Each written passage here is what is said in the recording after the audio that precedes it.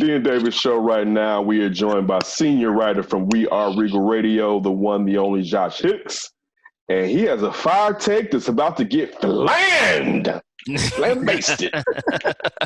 put out an article a couple days ago. The Bulls, BJ Armstrong fits trending mode of young, connected, first-time GMs. So, Josh, please explain what this article is about and your feelings on BJ being the next GM of the Chicago Bulls, his former team. It's always a pleasure to be back on the show with you guys, man. As far as the article itself, I remember a while back, Kyle and Scoop and I were actually talking about this idea of if the Bulls were wanting to revamp the front office, who would be the guy that would take the main lead. And one of the guys that came up was BJ Armstrong. BJ has a great connection to the franchise, as we all know, participating in the first three-peat of the dynasty with Jordan. And not to mention that in today's current time, he's a really good agent. It has a lot of has a nice clientele that includes even Chicago superstars like Derrick Rose. And so he has a connection to players. He keeps up with the game. And on top of all that, I just thought the biggest piece was the fact that he's also has a little bit of a background as far as a front office capacity. We know that previously being reported that he was supposed to really be the president of operations or was in line to be that guy before John Paxson came around. So with him having that already somewhat of a front office experience or front office knowledge to go along with the fact that he's still up to date with current athletes. He has the connections to the big time athletes, which is what Chicago really needs and oftentimes really should deserve. And the fact that he has a connection to the franchise as a whole. I believe that would be a win-win for everybody, especially with the fact that now that John Paxson is gone for the most part, gone as of right now, and then you got Gar Forman recently being relieved. So since they're not going to give him since the personnel decision of VP has been basically handled, with GM being around, might at least take a look. I think you should at least get a look. I know they probably won't go that type of route, but at least he deserves a look or a call regarding that position. All right. L to the no. And I'll tell you why. Great article, though. Really good article. Everybody go to Real Regal Radio, read all the articles there, and check out all the works from all the supreme talent that's there. And I know you're being thought-provoking. Also, for what you just mentioned, BJ Armstrong was the understudy of former Bulls general manager Jerry Krause. That's why Jerry Krause was allegedly at that time raising him up to be his successor. Mm-hmm. And when they made the transition to Paxson, they moved BJ out too. Paxson and BJ were rivals. BJ took Paxton's starting job. I was actually rooting for Pax back then. Let you know, you can take my black card. I was rooting for Pax, right? But that still lets you know why I'm so mad at Pax, because he's let me down. Man. He's beloved. Yeah, I was rooting for Pax back then. I remember this. I was thinking about this the other day. I remember this game. It was in Denver, I believe, and it was when Jordan had retired. It may have been the first year retired, and Mahmoud Abdul-Rauf lit BJ and Steve Kerr's asses up. And I remember thinking, like, damn, we need a point guard. And again, it's Mahmoud. But, man, he kicked their teeth in. It was like, what in the world's going on out there, right? They, like, falling all over the place. He hitting daily jumpers. But to get back to what you were talking about. All right, so these are the only problems. These are the problems that I have with it. It's been 17 years since BJ was working in front office capacity. Also, it would seem that when he made the decision to go to be an agent, because BJ could have probably went to some other teams and started making a name for himself working in the front office. It seems like he himself didn't want to continue going down that road. Here in Chicago, one of the things that we suffer from is having an affinity for somebody and thinking that affinity means that they should get this job when they haven't necessarily taken the steps up to getting that job. But as you said, BJ has still been a front office person. We know the Knicks with Leon Rose brought in an agent. When you look over there with the Lakers, and they have Rob Pelinka, Kobe's former agent, Andre Iguodala's former agent, former member of the Fab Five, not a Fab Five person, but he was on the team in Michigan. We've seen it happen. But one, I won't want to do nothing the Knicks are doing. Let me lead off with that. But I think right now that it's been a breath of fresh air not to say you have to have had a connection for the Bulls to get this job, because that's always been a problem. And that even goes as far as if former Bull, even though I don't think we really look at him like that, former Bull, Kenwood product, and Nasir Muhammad, if necessarily he ends up getting that job, at least we know that he's been under Sam Presti these years in Oklahoma City, learning under one of the better guys when it comes to this business. Or even when we've talked about prior to you coming onto the show, Michael Finley perhaps being the guy here. And again, I've talked about the mad at Jerry Cross for not drafting him, Jerry's edict of not drafting local players. But at least Michael Finley has been in one of the most progressive front offices in the NBA. So right now, I don't want any variables that you can't really determine how things are going to go when it seems like right now the Bulls are going with best bet, and I say continue going with best bet. I would like to be a person of color, but even if you found someone that it wasn't a person of color, it wouldn't make me as mad as it could have. I don't like the processes the Bulls went through by not interviewing anybody of color, even though they asked and that person felt like it was going to be a token interview. So I would like that. I'm black. I would like to see a black person in a black league having that position, but they don't necessarily have to be a former Bull, in particular if that former Bull hasn't been taking the necessary steps in the last decade to get that job. And that's why I'm not with BJ getting that job. I would say, Josh, I just think at least and I don't want to turn into like a bash of Josh article kind of a thing. It's definitely not that.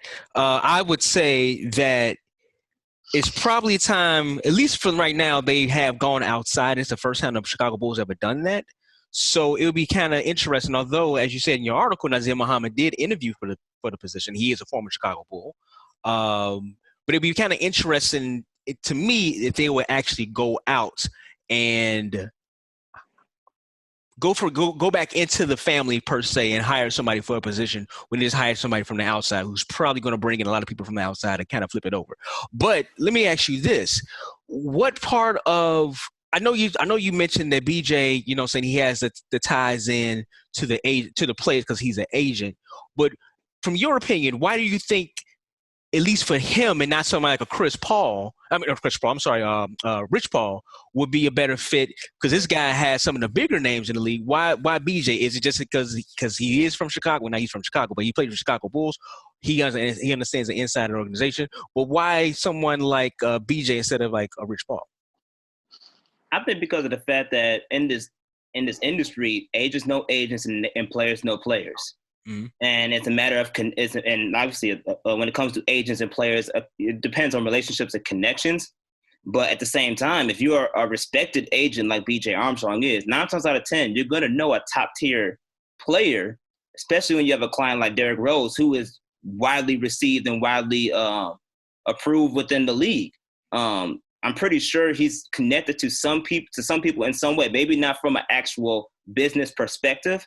But but I'm positive he has some type of top tier relationships with top tier talents, especially they are Chicago related. Since he is Derrick Rose's agent. Derrick Rose is from Chicago, played with the Bulls for a long time, and there's a lot of, and I'm pretty sure from being in Chicago and being a leader of Chicago business per se, you're going to meet a lot of Chicago talent, and you're going to also meet a lot of other talent that are attracted to, that have thought of Chicago when it comes to the actual business of the city. So I think even though he may not have the type of clientele that Rich Paul would have, and Rich Paul being the top agent within this league, I'm pretty sure he has some other form of relationship or connection that maybe even be connected to some of his clientele, which in this point is a huge step for the Bulls, considering that we haven't been able to get a superstar pretty much in free agency in a very, very long time.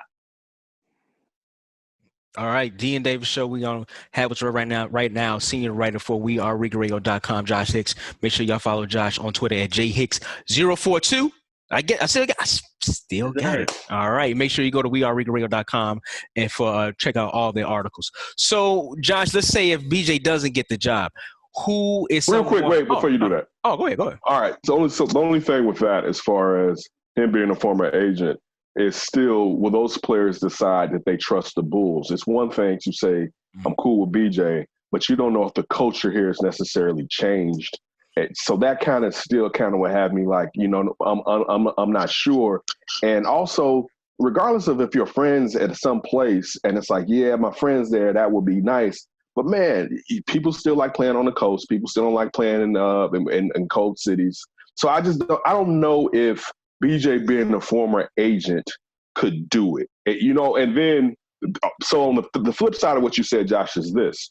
So now are we going to put all of the scouting and drafting part of the job on AK? Because if BJ's chief role is to be a pro personnel talent evaluator, then, I mean, how much stuff has he done with the draft and scouting and things of that nature? So that's still, when it's a multifaceted job. And for him to have one key aspect that may benefit him, I would want him to have the other 2 or 3. That's kind of the thing that still is my thinking of why I'm not the BJ guy on this one. I was upset when BJ was let go, the manner he was let go. Also, I don't think Pax may be out of there, but he's still senior advisor. I don't know if they would put them together. I know Pax not going to be around, but I think if the Reinsdorfs love Pax the way that they clearly do, I don't think they're going to bring BJ in. Go ahead, D. No, Josh, I was going to ask you, let's say if BJ doesn't get the job, and there's been a few names out there floating around right now, who would you like to see the Bulls hire as the general manager? I like the option of the guy from Denver. Calvin Booth? Yeah, Calvin, yeah. I think since he already has a working relationship with AK, that would be beneficial and with that type of move. But me personally, I really like the Michael Finley idea. That's weak, but I think all 3 of us. Did you go along with Mike Finley, D? Yeah, that's a good choice. We said that in our show. We kind of like Mike Finley. Yeah, I like Michael Finley, especially since he has that Chicago in him, Proviso East graduate from the West Side. Like I think, even though we want to hire from the outside, if you have someone that has some form of a connection to a city, especially the big-time franchise in a big city like Chicago, I think that actually speaks volume, especially when it comes to the free agent pool, when a big free agent is potentially out there and the Bulls haven't been able to get one all these years. Chicago is a big franchise that needs superstars. That's just how it boils down at the end of the day. If you can't recruit top-tier talent, you're not going to be able to go very far in this league. And you need someone that can hold a relation, that has relations to those type of talents, but at the same time has a good rapport with the city and has a good rapport within the NBA. Michael Finley is a great guy for that. He worked under Mark Cuban. That's one, like you mentioned, Ken, one of the most respected, progressive front offices in the NBA. And you see where his involvement helped take Dallas this year. They're a playoff team this year. Oh, no doubt. So because of that, I mean, you could see how his role could have made an impact within that front office, and the fact that he's a home kid, and bringing that type of thing to Chicago where he could bring that outside perspective. He's still an outsider, but at the same time, he has a huge connection to the city. I think that would be the most ideal type of situation in this specific case when it comes to that type of position. Yeah. Well, I agree. Yeah, I'm with Finley. The connection to Chicago is important, but to a certain degree, to me, it's not. If you can produce winning, we don't really care. Like, I mean, Jerry Krause didn't come from Chicago. I mean, like, and again, it was problems with his relationships. But like, I'm more interested. I'm biased, and I said this on the show. I'm biased towards Michael Finley because of Jerry Krause not drafting him and him being from here. I have a biasness towards him. But I still think he can do the job. It's a plus that he's from Chicago. But if Mike Finley was just a former NBA player that I liked, and he wasn't from here, but I thought he can do the job, I'm cool with him doing the job. You don't have to be from here, but like what you're saying, it doesn't hurt that you are from here. You know what, Josh? I would say the reason why I like Mike Finley is the simple fact that the organization he's coming from, you brought that up, him working for Mark Cuban and being one of the most progressive teams and smartest teams, one of the smartest teams in the league. And Don Nelson's son, too. Don Nelson's son, too. But it'll be good to also kind of bring that culture, hopefully, over to the Chicago Bulls. Because I think a lot of people, at least a lot of Bulls fans, Josh, and see if you agree with me on this one, still feel like the team is still kind of stuck in the past a little bit. You do have AK. He's going to be able to bring in some he's a new face. But also at the same time, you look at the Dallas Mavericks, man, the way Mark Cuban has treated his players forever down there. They won a championship. Yes, they hit some lows, but as you just mentioned, they're coming back up right now. But at least being able to bring some of that culture, because you need that from the front office standpoint and for the players to bring that culture over there. Maybe that would kind of be an enlightenment or open Reinsdorf eyes to a few other things as well. No, I agree with that. And I think that's why this hiring of AK is so big for us, because of the fact that he understands that as well. Looking at where he came from, they may not have won championships, but he literally helped turn a team from Denver that was a nobody to a top 2 or 3 team in the Western Conference. Yeah. And for the most part, did it through the draft. So to be able to have those capabilities that he has and bring in a whole different culture that's a currently winning type of culture to Chicago, that's a huge deal for us, because that's something we never had we haven't had in a very long time here. And bringing that extra demographic from Dallas on too with Michael Finley, if he were to go that route and be able to really achieve it, that would be just as ideal. You can see that AK is really cool, is very open to that. He's bringing people that he knew from different demographics and different teams that, for the most part, have equated themselves from being at the bottom to rising to the top, or slowly or making a progression to the top. The guys from I forgot their names, but one of them being from the Pelicans to help with the cap space. JJ Pope. Yeah, him. That's huge too, because he helped work with David Griffin from a salary cap perspective to get the talent that they got now, and they were fighting for an 8th seed in the playoffs. So a lot of teams, but the way that AK is really making these moves shows signs of life. And I like the way that, and it gives us a hope and a life that we haven't had in a very long time. So I applaud the moves that he's been making. And obviously, like I said, BJ, I think will be a good fit. But if you can get anybody that has the good talent and that has a good sense of what he's doing within the office and to have a good compatible relationship with, and bring that type of winning culture to Chicago, I'm all for it.